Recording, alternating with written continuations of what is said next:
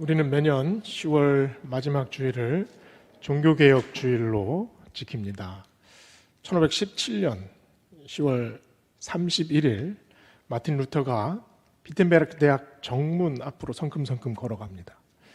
그리고 그곳에 면죄부에 반박하는 95개 조항의 커다란 그 현수막을 그 나무 문에 걸어놓고 못으로 쾅쾅쾅 박지요.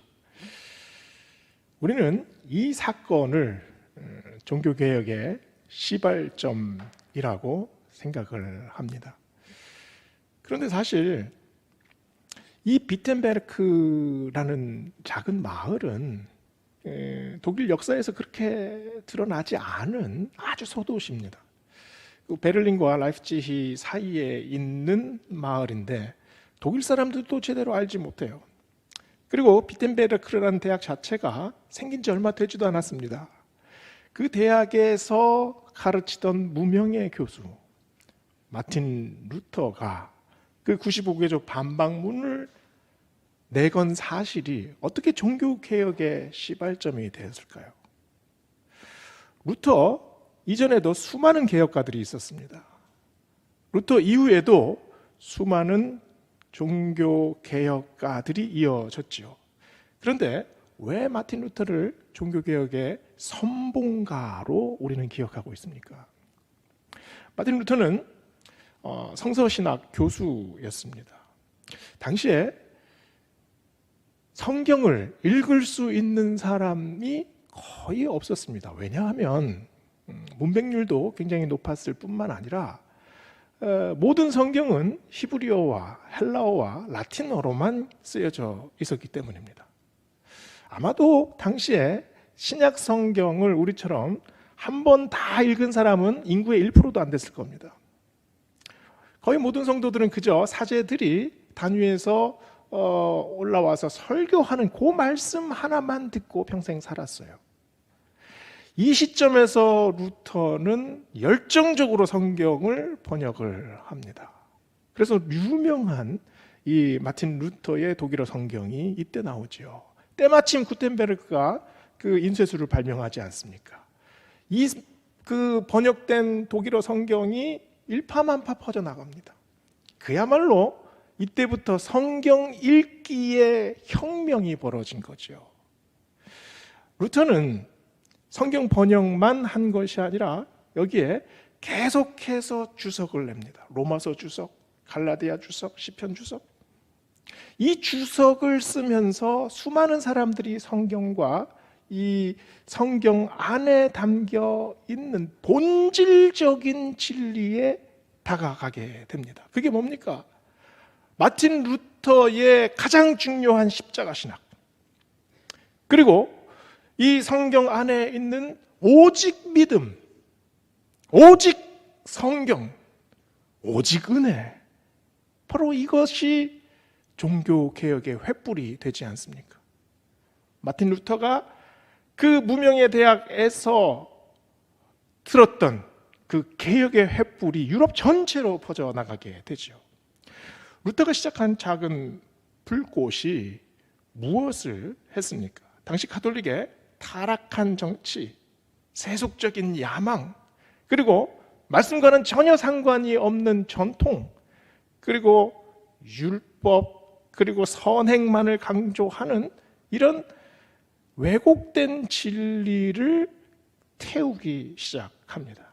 성경 말씀의 의미를 깨달아 안 사람들이 루터가 지켜들은 종교개혁의 핵심을 다시 보게 되지요. 중세의 어두운 들판, 그리고 바싹 마른 그 들판에 개혁의 불길이 퍼져나가게 됩니다. 신학을 알았던 사람이나 전혀 모르는 사람이나, 성경을 잠깐 읽었던 사람이나 전혀 읽어볼 수 없었던 사람이나, 루터의 가까이에 있던 사람이나 아주 멀리에 있던 사람이나 그 활활 타오르는 개혁의 불길을 보게 됩니다. 오직 의인은 믿음으로 산다. 율법이 아니다. 전통이 아니다. 선행이 아니다. 오직 은혜다. 바로 이것이 루터가 당시 어두웠던 중세의 성도들에게 전해준 진리의 불길 아닙니까? 제가 초등학교 때 학교를 다니던 길은 굉장히 멀었습니다. 한 40분을 걸어갔어야 되는데요. 그 중에서 이제 농길을, 지금은 이제 큰 길이 났는데 농길 한가운데를 이렇게 가로질러 가는 그런 길들을 다녔습니다. 제가 한 초등학교 6학년 때쯤이라고 생각이 되는데요. 이 추운 겨울에 학교를 마치고 이제 아이들하고 같이 집으로 돌아오는데 이 날이 춥지 않습니까? 그런데 논 한가운데 그 노젓갈이라고 하죠. 이게 그 탈곡을 다 한 볏짚단을 이렇게 막 쌓아 놓았는데 이게 굉장히 컸습니다. 막 한 집채만한 그런 노젓가리가 있었어요. 추우니까 그 밑에 들어가 가지고 이제 아이들하고 이렇게 뭐 장난을 하는데 친구 중에 하나가 성냥을 가져온 거예요. 그래서 그 밑에서 종이를 이렇게 모아 가지고 성냥불에 불을 붙여서 불장난을 했습니다. 어떻게 됐을까요? 바람이 부니까 갑자기 이게 그 옆에 있던 볏짚단에 옮겨 붙습니다. 깜짝 놀랐습니다. 그래서 정신없이 불을 껐죠. 어떻게 됩니까? 더 타들어갑니다. 아, 망했다. 어떻게 했습니까? 제가 친구들과 함께 냅다 도망쳤습니다. 한참 도망가가지고 뒤를 돌아봤는데 그 집채만한 노젓가리에 불이 완전히 다 붙어가지고 활활 타오르는 거예요. 해는 점점 어두워지고 있습니다. 근데 그 어두워지는 그 논 한가운데 주황색 불길이 확 타오르는데 너무 무서웠습니다. 너무 두려웠어요. 요즘 같았으면 아마 경찰서에 불려갈 일이 아니었나 이런 생각을 합니다. 볏짚이 바싹 마르면 마를수록 더 강렬하게 타오릅니다.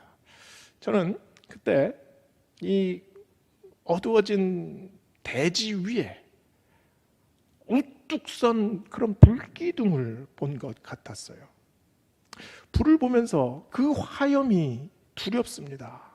그리고 무섭게 느껴져요. 그런데 희한한 게요, 동시에 아름답다는 생각을 했습니다. 이게 불길이 그렇지 않습니까? 우리는 우리말 중에 불꽃이라는 말이 있잖아요. 이 불꽃이라는 말은 이 불과 꽃의 은유적 결합입니다. 불은 무섭지만 또 그 무서움 속에 아름다움이 또 녹아 있습니다.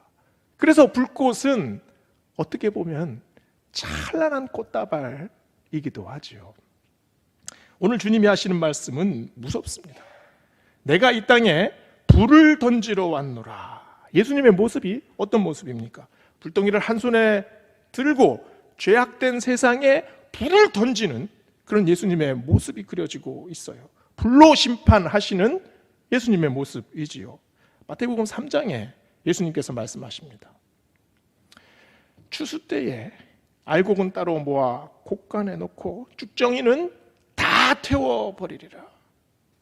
계시록 20장에 보좌에 앉으신 이가 마귀와 선지자들을 불연못에 던져 넣으시는 모습이 나옵니다. 누가복음 16장에는 이 탐욕과 쾌락에 찌든 그런 부자가 지옥불에서 고통받는 모습을 주님께서 말씀하시죠. 불을 던지러 오시는 예수님은 분명히 심판하시는 말씀을 우리에게 하고 계십니다. 불의 결과는 심판이에요. 그러면 불의 내용은 뭔가요? 첫 번째로 예수님이 던지시는 불은 분쟁입니다. 51절에 이렇게 말씀하십니다. 내가 세상에 화평을 주러 온 줄 아느냐? 내가 너희에게 이르노니 아니라 도리어 분쟁하게 하려 함이로다. 예수님이 화평이 아니라 분쟁을 일으키러 오셨습니까? 요한복음에 보면은요, 요한복음 14장 27절에 예수님께서 이렇게 말씀하십니다. 평안을 너희에게 끼치노니 곧 나의 평안을 너희에게 주노라. 내가 너희에게 주는 것은 세상이 주는 것과 같지 아니하니라. 너희는 마음에 근심하지도 말고 두려워하지도 말라. 예수님은 우리에게 평안을 주시는 분입니다. 그런데 오늘 읽은 누가복음의 말씀에서는 분쟁을 일으키러 내가 왔다라고 말씀하세요. 그 분쟁이 어떤 분쟁입니까? 집안에 5명이 있는데 아들과 아버지가 분쟁합니다. 어머니와 딸이 분쟁하고 시어머니와 며느리가 분쟁한다고 말씀해요. 이 분쟁이 어떤 분쟁입니까? 세상에 주는 분쟁입니다. 예수님께서 내가 세상에 화평을 주러 온 줄 아느냐? 이렇게 우리에게 물으셨어요. 그 분쟁이 시작되면 우리도 그 분쟁 속에 분명히 휘말립니다. 그러나 우리를 분쟁시키는 것이 아니라 세상을 분쟁시킨다고 말씀하셨습니다. 그리고 요한복음에서는 평안을 누구에게 주십니까? 평안을 너희에게 주노라. 세상은 분쟁으로 들끓게 될 겁니다. 우리도 그 분쟁에 분명히 휘말립니다. 그러나 그 분쟁 속에 있으나 그 안에 주님께서 우리에게는 평안을 주십니다. 세상은 분쟁하나 나는 너에게 평안을 주노라. 지금 이 말씀이지요. 예수님 자체가 불이십니다. 불은 어떻게 타오릅니까? 불은 분쟁하며 타오릅니다. 불 주변에 있는 모든 것들을 끌어안아 그 에너지를 확 불태우죠. 그러면 그 주변에 있던 에너지는 완전히 새로운 에너지로 변화됩니다. 이 변화 속에서 충돌은 불가피해집니다. 예수님을 대적한 바리새인들과 사두개인들은 극렬하게 저항했습니다. 왜 그랬습니까? 예수님께서 타오르는 화염이니까요. 그 불꽃 속에 내가 들어가면 내가 가지고 있는 탐욕과 나의 이기적인 욕심과 이 모든 나의 인간적인 지푸라기들이 다 불살라질 것 같거든요. 그래서 두려웠습니다. 그래서 극렬하게 저항했죠. 예수님이 승천하시고 난 이후에 제자들은 숨죽여서 살았습니까? 제자들이 가는 곳마다 분쟁이 생겼습니다. 세상에 분쟁을 일으켰어요. 예루살렘에서, 안디옥에서, 아테네에서, 로마에서 복음이 전해지는 곳마다 분쟁이 생기고 세상이 시끄러워졌습니다. 종교개혁이 뭡니까? 종교개혁이 이 진리를 붙들고 있었기 때문에 일어나는 분쟁이었습니다. 복음의 진리를 다시 불태웠어요. 예수님께서 던지신 불, 그 불을 제자들이 받아서 분쟁을 일으켰지요. 그리고 종교개혁자들 역시 예수님이 던지신 그 불을 마음에 품고 분쟁 속으로 뛰어들었습니다. 주님이 던지신 불은 어둠을 태웁니다. 선과 악을 분명하게 가르지요. 이 불이 어떤 불입니까? 진리와 비진리를 가르는 불, 생명과 죽음을 가르는 불, 천국과 지옥을 가르는 불, 생명과 죽음을 가르는 불입니다. 이 불로 쭉정이와 알곡을 가르십니다. 이 분쟁은 믿음의 분쟁, 진리의 분쟁, 그리고 신앙의 분쟁입니다. 그 분쟁이 핍박이었어요. 우리는 지금 다릅니까? 우리도 그 분쟁 한가운데에서 살아갑니다. 이 시대가 어떤 시대입니까? 기독교인들을 물리적으로 핍박을 하지는 않지만 그들의 마음 속에서 우리를 멸시합니다. 그리고 우리가 가지고 있는 가치에 대해서 제대로 알지 못하면서 비난하지요. 우리는 지금 여전히 그 분쟁 한가운데 있습니다. 예수님 당시부터 지금까지 이 분쟁이 끊어진 적은 한 번도 없습니다. 우리는 필연적으로 이 분쟁 속에서 살아야 합니다. 이때 우리가 무엇을 해야 합니까? 돌아봐야 합니다. 더 순전해야 합니다. 더 연단되어야 합니다. 이 분쟁이 타오르면 타오를수록 우리는 그 분쟁 속에서 더 말씀으로 연단되어야 하지요. 그리고 그 심판의 불 속에서 우리의 믿음이 꽃다발로 변해져야 합니다. 이것이 우리에게 던지시는 주님의 불 아니겠습니까? 두 번째로 예수님이 던지시는 불은 사랑입니다. 하나님이 세상을 심판하시는 방법이 뭡니까? 불로 심판을 하십니다. 그런데 그 불이 사랑의 불입니다. 예수님께서 던지시는 불, 그 불에 사랑이 있습니다. 사랑으로 태우십니다. 우리도 다 죄인들 아닙니까? 심판의 그 엄혹한 판단 앞에 서면 우리 모두는 죄인입니다.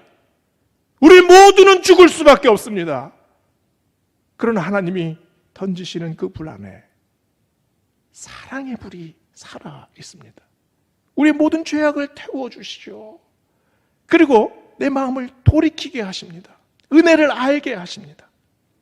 50절에서 예수님이 아주 중요한 말씀을 하셨습니다. 나는 받을 세례가 있으니 그것이 이루기까지 나의 답답함이 어떠하겠느냐. 예수님이 받으시는 세례가 어떤 세례입니까? 십자가 보혈의 세례입니다. 그 피가 우리의 영혼을 적십니다. 그 피가 바로 불입니다. 활활 타오르는 그 불이 바로 예수 그리스도의 그 붉은 피 아닙니까? 그 피로 우리의 죄악을 씻기십니다. 우리를 깨끗하게 하세요. 십자가는 그래서 피의 불꽃입니다. 골고다 언덕에 우뚝 선 그 불기둥이 바로 십자가예요. 우리가 그 십자가를 바라보고 살아나지 않습니까? 골고다의 짙은 어둠은 이 세상을 상징합니다. 우리는 열심히 세상을 살아가지요. 참고 견디고 목적을 이루기 위해서 쉬지 않고 올라갑니다. 그러나 우리가 오르는 그 언덕의 끝이 어디입니까? 골고다 언덕 아닙니까? 골고다의 의미가 뭡니까? 해골입니다. 결국은 죽음, 결국은 해골. 우리가 최선을 다해 이 땅에서의 사는 인생을 아무리 응축하고 응축해봐도 결국은 골고다 언덕 끝에 오를 수밖에 없습니다. 예수님이 던지신 불, 바로 그 골고다 언덕에서 달리신 그 십자가가 밝히는 것이 무엇입니까? 이 허망한 세계, 이 어두운 세계, 이 모든 것이 엉켜있는 죄악으로 물든 이 세계의 횃불을 밝히시는 십자가, 그것이 주님께서 우리에게 던지신 불입니다. 죽음의 언덕에서 흘리신 뜨거운 피, 그 뜨거운 불이 우리의 영혼을 밝히지 않습니까? 얼음장까지 차가워진 내 마음을 돌아볼 때 마음에 여유가 없습니다. 주변에 가슴 아픈 사람, 상처받은 사람이 있어도 내가 더 상처받았다고 생각하지 않습니까? 죄악에 찌든 마음이 겉으로 드러나진 않지만 그 죄악을 계속 덮어버리고 숨기기 급급합니다. 아무리 최선을 다해서 사는 사람 같지만 결국은 해골 언덕을 오르는 사람들이 우리들이지 않습니까? 그런 우리 안에 주님께서 불을 던지십니다. 나를 살리시는 불, 나를 사랑하시는 불. 그 불은 소멸시키는 불입니다. 내 안에 있는 아픔과 눈물, 분노, 절망, 그리고 이기적인 탐욕, 이런 욕정으로 엉켜있는 나의 모든 어두운 생각들, 이 모든 것들을 사랑의 불로 깨끗하게 살라주십니다. 왜냐하면 예수님의 피가, 그 피가 바로 불이니까요. 그 불로 우리를 깨끗하게 해주십니다. 로마서 6장 3절 5절은 이 사랑의 불을 이렇게 증거합니다. 예수와 합하여 세례받은 우리는 그의 죽으심과 합하여 세례받았다. 그의 죽으심과 합하여 세례받음으로 우리는 예수님과 함께 장사되었다. 그러나 하나님의 영광이 그리스도를 살리신 것처럼 우리도 새 생명 가운데 행하게 된다. 예수님이 받으신 세례는 어떤 세례입니까?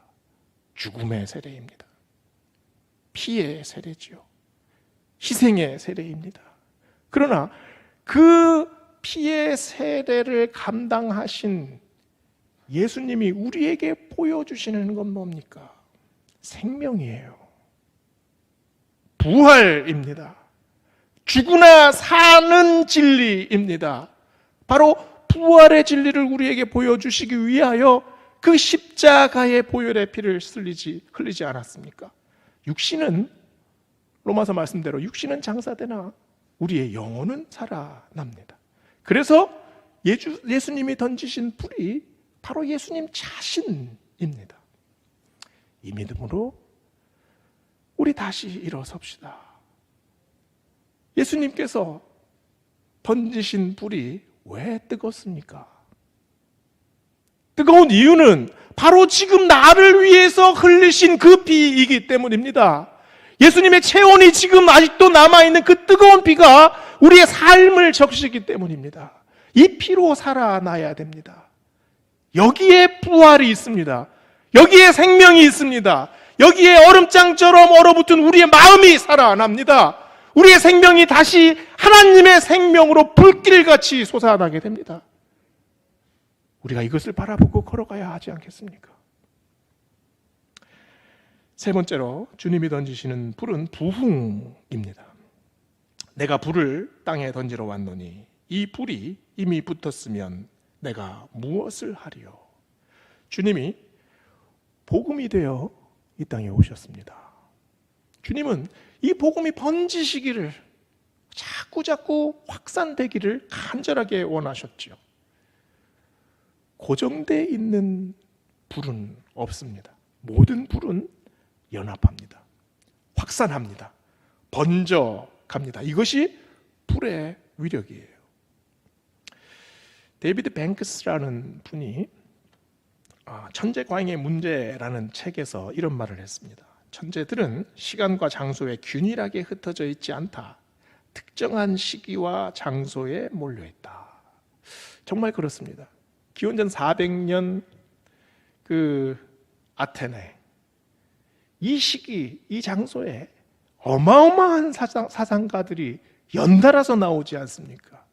소크라테스, 플라톤, 아리스토텔레스, 소포클레스, 헤로도토스, 수없이 많은 사람들이 그 시대 아주 그 작은 장소에서 아주 집중적으로 생겨나요. 춘추전국 시대의 제자 백가들이 얼마나 많았습니까? 공자와 맹자와 노자와 장자와 그리고 순자와 묵가, 한비자, 수많은 사람들이 연달아서 나오지 않습니까? 15세기 후반 인구 7만의 피렌체, 흑석동이 제가 찾아보니까 한 5만 명이 좀 넘는다고 하더라고요. 그런데 인구 7만 명의 피렌체에서 그 당시 나온 사람들이 미켈란젤로, 레오나르도 다빈치, 라파엘로, 보티첼리, 수많은 사람들이 그 시대에 그 작은 장소에서 생겨났습니다. 이것이 불붙는 원리 아닙니까? 신앙의 역사, 부흥의 역사도 마찬가지입니다. 종교개혁 시대에 횃불을 든 사람들을 보세요. 루터, 깔뱅, 찌빙글리, 낙스. 이를 통해서 개혁의 불길이 번져가지고 18세기 후반에 요한 웨슬리와 조지 휘필드를 시작으로 영적 각성의 운동이 막 불타오르기 시작합니다. 이 부흥이 19세기에 루터와 스펄전에게로 번지게 되지요. 그 결과 언더우드와 아펜젤러 선교사가 조선까지 오게 되지 않습니까? 그 영향으로 1907년에 평양의 대부흥이 일어납니다. 그때 길선주, 이기풍, 김익두 목사가 배출이 돼요. 불이 불을 만듭니다. 불꽃이 또 다른 불꽃으로 이어져요. 예수님이 이 땅에 왜 오셨습니까? 오늘 우리에게 하시는 말씀이 뭡니까? 내가 이 땅에 불을 던지러 왔노라. 우리 주님이 던지시는 불이 바로 부흥의 불길, 생명의 불길, 영생의 불길, 부활의 불길, 회개의 불길, 성령의 불길 아닙니까? 시인 브라우닝은 모세와 불타는 떨기나무를 보고 이렇게 적었습니다. 땅은 하늘로 가득 채워져 있고 모든 덤불은 하나님과 불타오르고 있다. 그러나 보는 자만이 자신의 신을 벗는다. 모세는 평범한 떨기나무들 사이에서 항상 다녔습니다. 40년을 그렇게 살았습니다. 그런데 어느 순간 자기 앞에서 떨기나무에 거룩한 불길이 불타고 있습니다. 그 불길을 바라봤을 때 모세는 가슴이 뛰었겠죠. 그 불길이 어디로 전해집니까? 그 불길이 바로 모세의 영혼 속으로 들어오지 않습니까? 모세는 이 불을 가지고 애굽으로 향합니다. 애굽으로 가서 그 노예들에게 무슨 말을 했습니까? 노예들에게 아무리 설득을 해도 이 노예들의 마음이 편하지 않습니다. 그러나 하나님이 전달하신 그 뜨거운 불길이, 모세의 영혼을 적신 그 뜨거운 불길이 누구에게 전해졌습니까? 그 노예들의 마음을 뜨겁게 만들었습니다. 그 노예들이 모두가 한 마음이 되어서 하나님의 뜻을 따르게 되지 않습니까? 이게 불의 논리입니다. 이게 부흥의 논리 아닙니까? 엘리야는 어떤 불을 받았습니까? 우상숭배의 집결지, 갈멜산 꼭대기에 수백 명의 우상숭배 제사장들이 모여 있었습니다. 그 한가운데에 하나님께서 뜨거운 불덩이를 내려주셨지요. 그 불로 엘리야 선지자는 완전히 변합니다. 그냥 선지자가 아니라 불의 선지자가 되지 않습니까? 예레미야는 어떻게 선포합니까? 내 마음이 불붙는 것 같습니다. 이 가슴에 떨어진 불 때문에 하나님 말씀을 전하지 않으면 가슴이 뜨거워 견딜 수 없습니다. 믿음의 선배들은 하나같이 이 불을 받은 사람들입니다. 이 불로 살아났고 이 불로 평생을 살았습니다. 히브리서 1장 7절은 이렇게 증거합니다. 또 천사들에게 관하여는 그는 그의 천사들을 바람으로 그의 사역자들을 불꽃으로 삼으시느니라. 왜 주님이 우리에게 오셨습니까? 우리를 불꽃으로 삼으시기 위해서, 내 인생을 뜨겁게 만들기 위해서, 내 인생을 불타는 하나님의 화염으로 변화시키기 위해서, 나를 통해 하나님의 그 진리와 사랑과 그 부흥의 불길을 퍼뜨리기 위해서 오셨습니다. 나는 불을 던지러 왔노라. 오늘 주님께서 우리의 마음에 이 말씀을 하십니다. 어디가 뜨거워져야 하겠습니까? 어디가 뜨거워져야 하겠습니까? 다른 곳이 아니라 바로 여기, 바로 내 영혼의 핵심이 있는 바로 여기, 이곳이 뜨거워져야 합니다. 이곳이 하나님의 불꽃으로 다시 불타 올라와야 합니다. 그래야 우리 교회가 삽니다. 그래야 우리 가정이 삽니다. 그래야 우리가 삽니다. 오늘 우리에게 전하시는 하나님의 말씀, 내가 너에게 불을 던지러 왔노라. 이 말씀 깊이 담으시는 우리 모두 되시기를 소망합니다. 기도하시겠습니다.